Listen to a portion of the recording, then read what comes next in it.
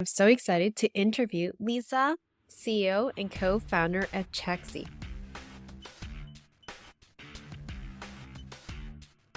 Now, her company, first of its kind, allows tenants to pay rent using their credit card, which is super disruptive, never been done before in Canada.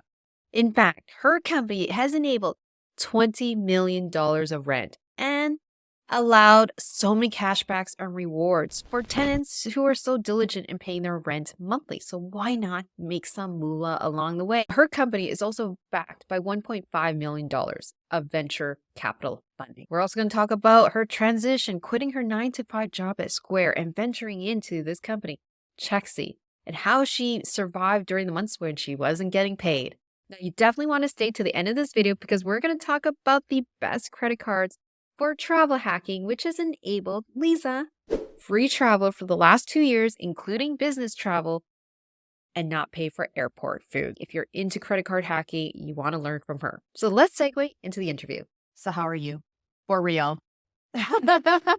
Well, listen, being an entrepreneur is no joke. It's definitely not as glamorous as I think a lot of social media and the internet makes it out to be. It's kind of, it's painful most of the time. And, you hope that in the future you solve a big enough problem. And, as a result, you are fulfilled due to that. I'm very fortunate. I'm solving a problem that's dear to me. It's a problem I've been experiencing myself as a renter. The intermittent pain here and there, it's worth it because I feel like we're making a change.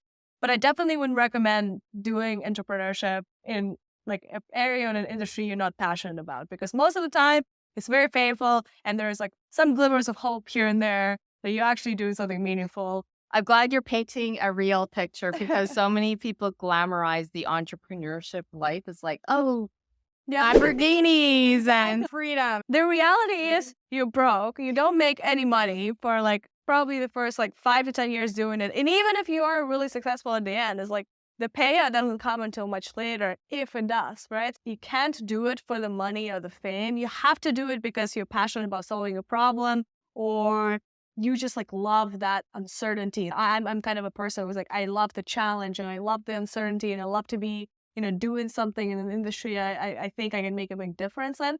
That's the primary driver for me. You being a founder and starting up Chexy, which I believe your North Star is one-stop shop for renters. You're now starting with a credit card business where you're allowing tenants to use a credit card to pay rent. But I guess, what does that mean? Like, where is this going? That's a great question. Well, I started it because I've been a renter for way too long. I've rented in Canada for the last 10 years, moved many times, had many different landlords. And there's quite a lot of pain points that are similar across renters in Canada today. It's incredibly expensive. It, most importantly, doesn't get you any closer to your financial goals.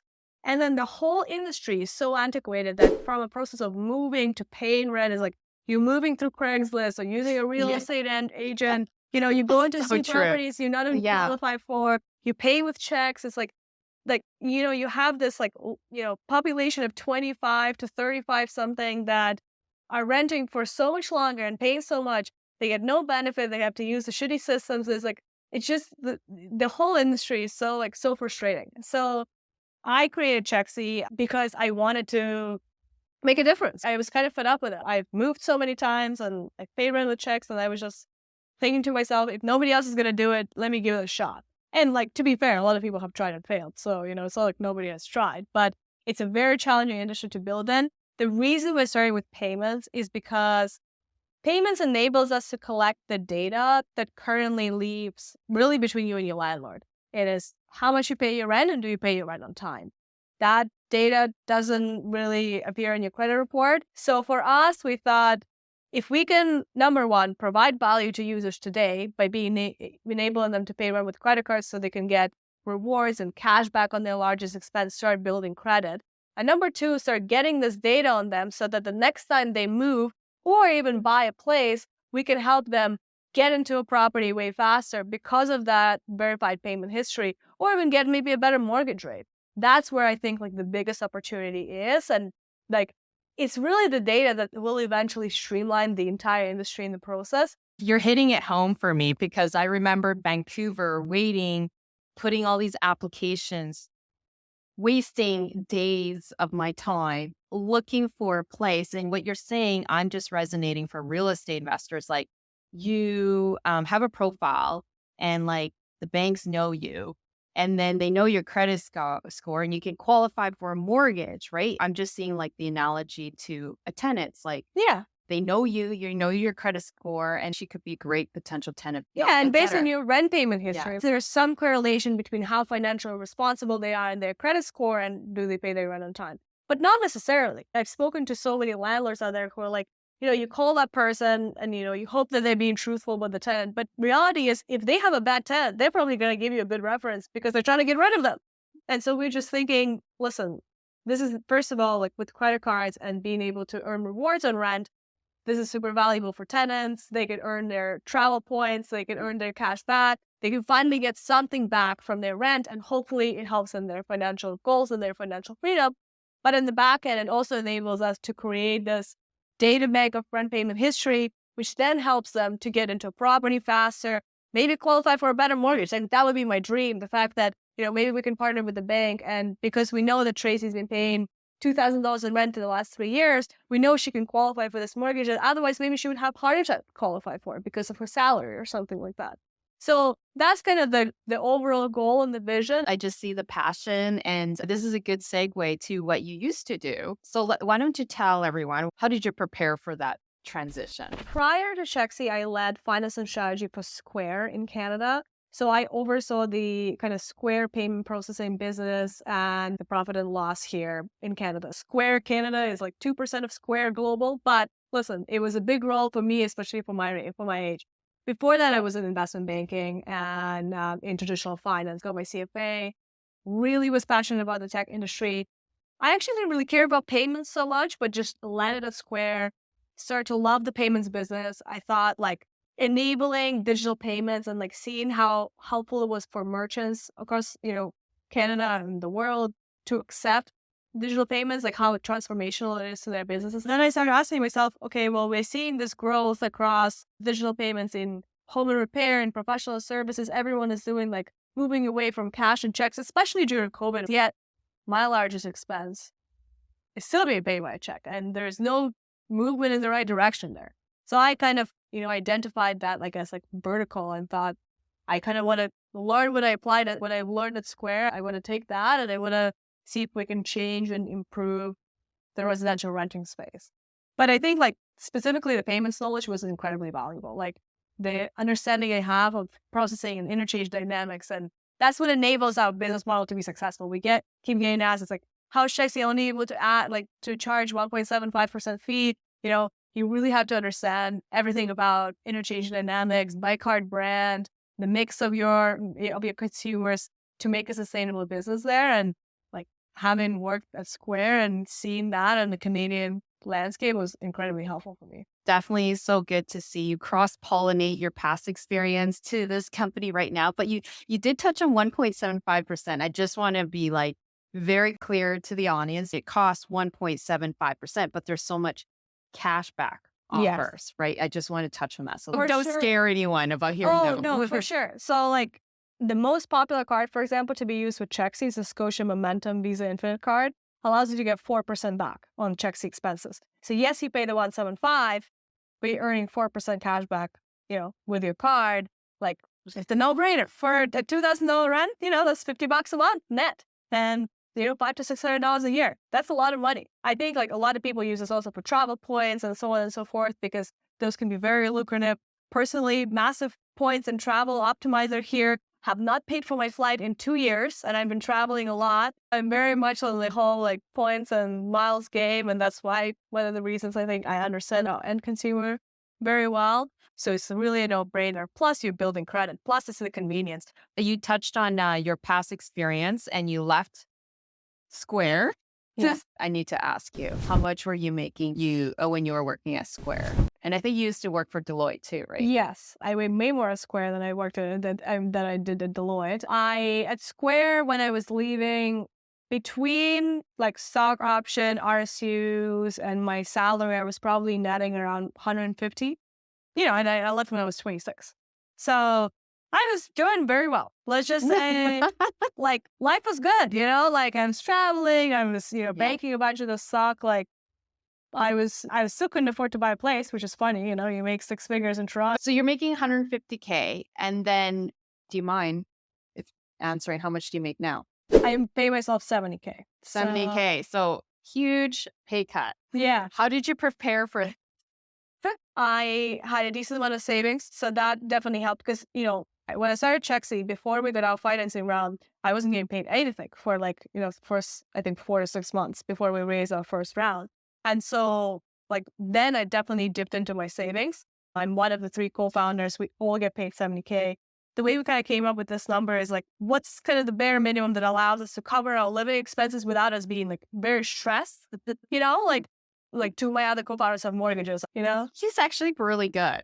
Yeah. Really good. 70K. I mean, that's good. I mean, it's a big pay cut from 150, but I get what you're here. When you're 26, I try to teach my kids, my 2 young kids who are 13, to take the biggest risks when you're young. For sure. You have nothing to lose. You're already poor. What's the big deal? I mean, in your case, you weren't poor, but I mean, but you don't have any big expenses, really. That's exactly how I thought about it. Listen, so I'm an immigrant as well. I came here for university, and I have never, up until I was 26, thought I was going to start a business. Because, as an immigrant, you're quite risk averse, right? Like, you already were given this opportunity. I was making quite good money. I finally settled into Canada. Life is good. And what am I going to throw it all away and try and start a business? Number one, I came across something was keeping me up at night type of thing. I really, really wanted to try it, really wanted to do it. And number two, I think it was that mentality of, well, what's the worst that can happen, right? I have some savings. I will quit my job. And if it doesn't work in a year, well, I'll find another job, right? I already have some good work experience and my CFA, and, I'll find another job. I was never really worried about being able to get another job in finance. If there's a risk-free time to do this, it's now. Because if I need to eat ramen noodles every night, that's up to me. It's not like you're forcing your kids to eat ramen noodles. Yeah, I know. Exactly. Although my kids love ramen noodles. I mean, not the healthiest, but pretty good. They could eat every day. When I look at you, it seems like there's a big mind shift. You're in abundance. You think there's a lot to the world can offer you. While a lot of people in your space could be like, oh no, but if I leave Square, I'm not going to be able to make the same amount of money. It's a scarcity mindset. So I feel like you probably had mentors or books that really helped you. So was there any 2 in particular that was pivotal? I don't know if it was specifically pivotal to my journey, but one of the best business books I think is out there is, Shoe Dog by Phil Knight. I love that book. I read it in one sitting, and I thought, it's just such an incredible story that you just don't hear. You know about Nike, and you're like, oh, it's such a successful business. But nobody knows how hard it was in the early days, in the first few years, in the first 10 years.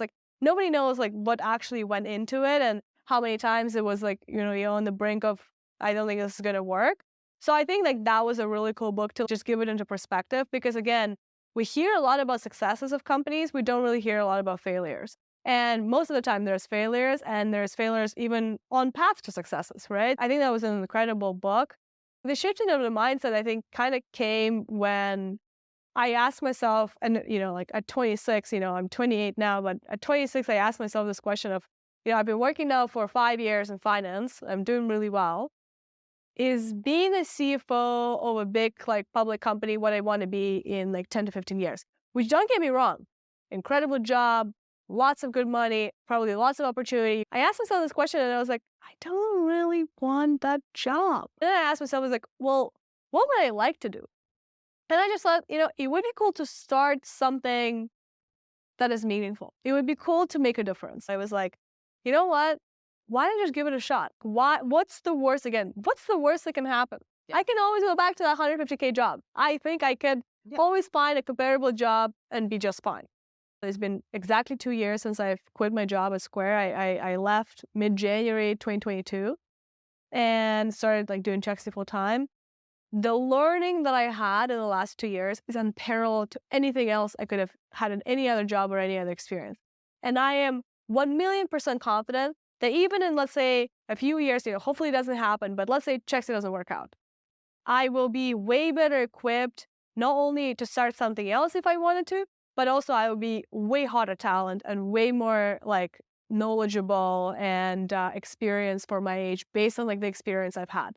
I've had a chance to run a team of 10 people at my age. Like otherwise I would have never gotten there, just working for someone else. So I think it all ends up being like, there's really no downsides, just give it a shot type of thing. Your mindset is just so positive, and I'm saying like in a very good, because usually it's like an older person saying that. You're very young to say that, so I think it's I just think you have so much time. Yeah, you have so much time. I'm 44, so you have so much time too. So what are you talking about? Like, actually, if I live to 100, I always think, oh, I have like 60-ish. Exactly. 56 more years ago. Since this is a finance channel, I need to ask you, what are your favorite kind of passive income ideas? I don't know if like I would consider credit card hacking passive income, but there's so much opportunity in that space. There are so many credit cards out there that have these incredibly lucrative sign-up bonuses that can translate into so much value. Personally, I haven't paid for a flight in the last 2 years. And I've been traveling. I've gone to Europe twice.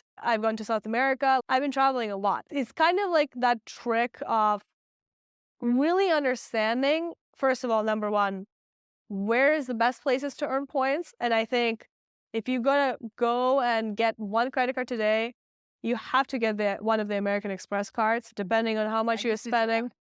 Like, the Amex points and the flexibility you get with them, they're just like not even close in the same league to the banks. Apart from the Avion program, which is actually pretty good with RBC, but the Amex points, like those are just the best. And in Canada, like we are kind of a one-stop shop where Airpods is probably going to be, what you're redeeming on.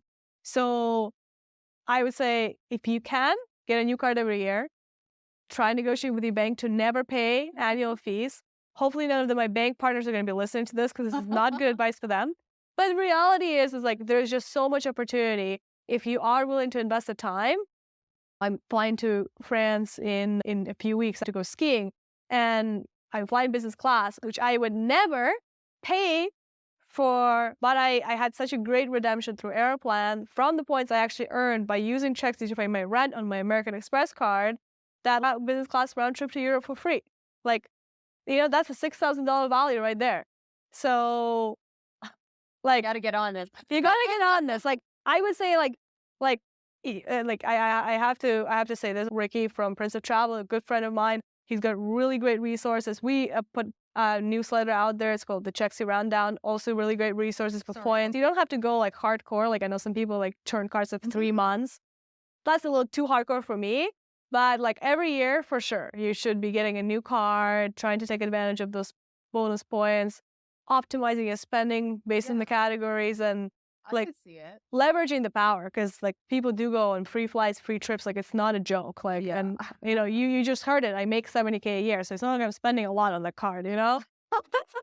I'm trying to personally use all the points from my Avion so I can switch over. It's just like, I just need to use the points first in order to get that other card. Otherwise, you should use the transfer options with Avion. So you can transfer Avion points, I believe, to Qatar Airlines, as well as WestJet, as well as British Airways Avios. I heard about that. So those are usually the best redemptions. Even with Amex, always transfer your points to an airline. You're going to get the best redemptions that way. We talked about this great travel hack, but let's talk about like the biggest financial mistake that you've made. How did you recover from it? When I was 19, I got pre-approved for a Capital One credit card. One of those you get in the mail. So also for some context, like I said, I'm an immigrant, came to Canada at 18. I have no idea what a credit score is. Like where I come from, credit score doesn't even exist. I'm 19, I get pre-approved for this $4,000 credit card limit card. And like in my head, this is like free money, right? You're 19, you have no idea how this impacts. Anyway, so I racked up like, I don't even know what I spent that $4,000 on, but somehow I spent it in like a matter of a month or 2 months. Like literally, and I don't even know what I bought. Between that and being too embarrassed to ever tell my parents that I, worked very hard to pay that off. It took me 2 years. And it's like, it's not a lot of money, obviously, today, but as a student who is working and making like $200 every 2 weeks, It's a lot of money, and especially because you also have to use that money to pay for your other expenses like groceries, etc., etc. There's a few times I missed the minimum payment, which I also didn't realize how it impacted my credit score. All of these things, like I remember at some point when I was 20, my credit score was like 500 something, but it took me 5 to 6 years to get to a point of rebuilding my credit score, and 2 to 3 years to paying off that amount when I was in school. One of the things that I'm just shocked at is an average Canadian doesn't really understand what a good credit score is until they have to go and qualify for a mortgage or a car loan or a credit card or something and they don't get approved. A lot of people don't even know like how to pay off their credit card. Like they think minimum payment is the all you have to pay. And it's to me like the level of financial education in this country Super poor. is super poor. So like that's why for us, like we do produce a lot of blogs. And if you're gonna use checks your credit card, pay off your credit card on time. Like no amount of rewards or cashback is going to make up for the interest you incur. Only use Chexy if you can actually afford, like if you were being smart about it and you pay it with your credit card and you paying it off within the allotted period, you're getting your rewards, because otherwise the banks make money on you, not the other way around. But we did talk to a lot of young people, university students, specifically for our credit builder product and being able to build credit with your rent, even if you pay with your debit card or e-transfer. And for a lot of them, like, unfortunately, they're like, well, I just I don't really think about this right now. Like, I don't really care about paying to build my credit score right now because God knows when I'm going to be able to use it. Well, you have to hit a pain point, like when you go apply for a car and you get denied, or you want to get that $2,000 cell phone and you have to go on a financing plan. Maybe they will look at your credit score. I don't know. Or you're trying to rent a condo and you get the credit score for sure. Exactly. Because think about it, like competitive rate, like Toronto rental market, so competitive. Like you have people with perfect credit scores with great jobs bidding on these condos, overbidding each other, giving like 6 months of rent up front just to get into an apartment. If you're 22, you should probably check your credit score and make sure that you're doing everything you can to make sure it's up there. You raised $1.5 million for your company, but it's called institutional raising. What's the difference? Institutional funding is when you have like true venture capital invest into your business, like venture capital firms that have limited partners and have other financial institution investing in them so they can disperse the funding. Versus like you can also have like family and friends rounds, which is like family and friends write you checks, or family offices. Institutional venture capital is different because you have to have $1 billion plus opportunity to be able to raise money from there. And I do think that what Chexy is doing in Canada has that huge of opportunity, and that's I think why we were successful in raising. But there's a lot of work to be done to get there. We're gonna get there. Yeah, well, I hope so too. We're gonna do round robin. Okay, what's your favorite book? Well, actually, most recently I read the new Elon Musk book and I really loved it. What's your favorite fruit? Oh, fruit. Kind of boring, but probably an apple. Life hack that you love. Points hacking, using your credit card to fly for free and get into lounges and never pay for airport food. So what card do you need to do that? Well, it depends. I travel quite a lot for work and not for work. So I do have the Amex Platinum card. Yeah. It is very expensive. Yeah, $400 or something. Yeah, like it's $7.99, but you get $400 in like travel and dining credits. So the effective rate is $3.99. For me, just the benefits that I get, like with the sign-up bonus that I had, as well as the, I put my rent on it, the lounges. Where do you find you? chexy.co. We're also pretty active on TikTok as well as Instagram.